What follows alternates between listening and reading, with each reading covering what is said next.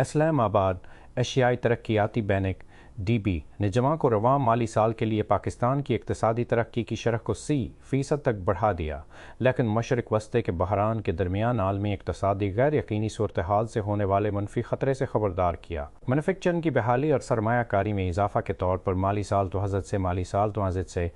سال 2006 میں حقیقی مجموعی گھریلو مصنوعات (GDP) کی شرح نمو 3% اور مالی سال 2006 میں شیئر 5% رہنے کی پیشن گوئی کے ساتھ پاکستان کی درمیانی مدت میں اپنی اقتصادی کارکردگی کو برقرار رکھنے کی توقع ہے۔ منیلا ایڈی نے کہا کہ اس کی فلیگ ڈیولپمنٹ ایجنسی آؤٹ لک ایڈی نے کہا اپریل 23 سے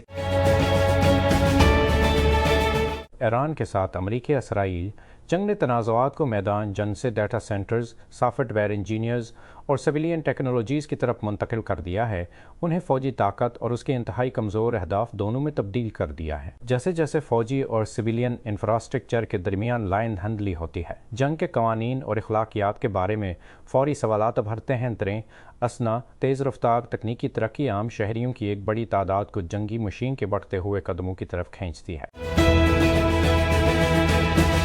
4 آرٹیمس 8 ٹیمز صدی سے زائد عرصے میں دنیا کے پہلے عملے کے چاند کے سفر سے واپس آ رہے تھے۔ جمعہ کے روز اپنے گم ڈراپنما اورین خلائی جہاز پر سوار ہو کر واپس زمین کی طرف دوڑ پڑے، جو جنوبی کیلیفورنیا سے دور بحر الکاہل میں ایک سپلیش ڈاؤن کی طرف روانہ ہوئے۔ ناسا کے منائے جانے والے روزا مشن کا اختتام اورین کے عملے کے کیپسول کو اس کے سروس ماڈیول سے ال کرنے کے ساتھ شروع ہونے کی توقع تھی۔ اس کے بعد زمین کے ماحول میں ایک آگ کا دوبارہ داخلہ اور کیپسول پیراشوٹ کے سمندر میں جانے سے پہلے چھمنٹ کا ریڈیو بلیک آؤٹ ہے۔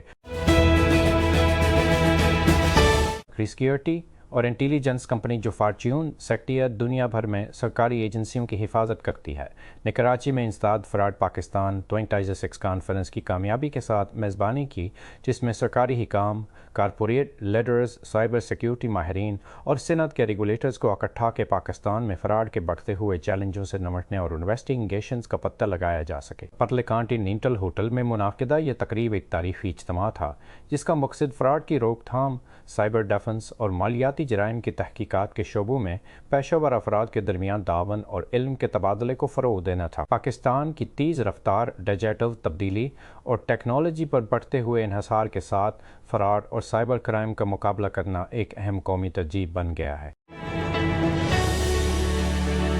یہ ایک ایسی جنگ تھی جو جیڈ ڈی وانس کبھی نہیں چاہتی تھی۔ اب اسے ختم کرنے کا کام امریکی نائب صدر کو سونپا گیا ہے۔ وانس اس ہفتے صدر ڈونلڈ ٹرمپ کے احکامات کے ساتھ پاکستان کا دورہ کر رہے ہیں تاکہ متزلزل ایران جنگ بندی کو دیرپا امن معاہدے میں بدل دیا جائے۔ چھوٹی سالہ بینس کے لیے، جس نے مشرق وسطی کے تنازعات کے دوران خاصی کم پروفائل رکھی ہے، یہ ان کے کیریئر کے سب سے بڑے لمحات میں سے ایک ہوگا۔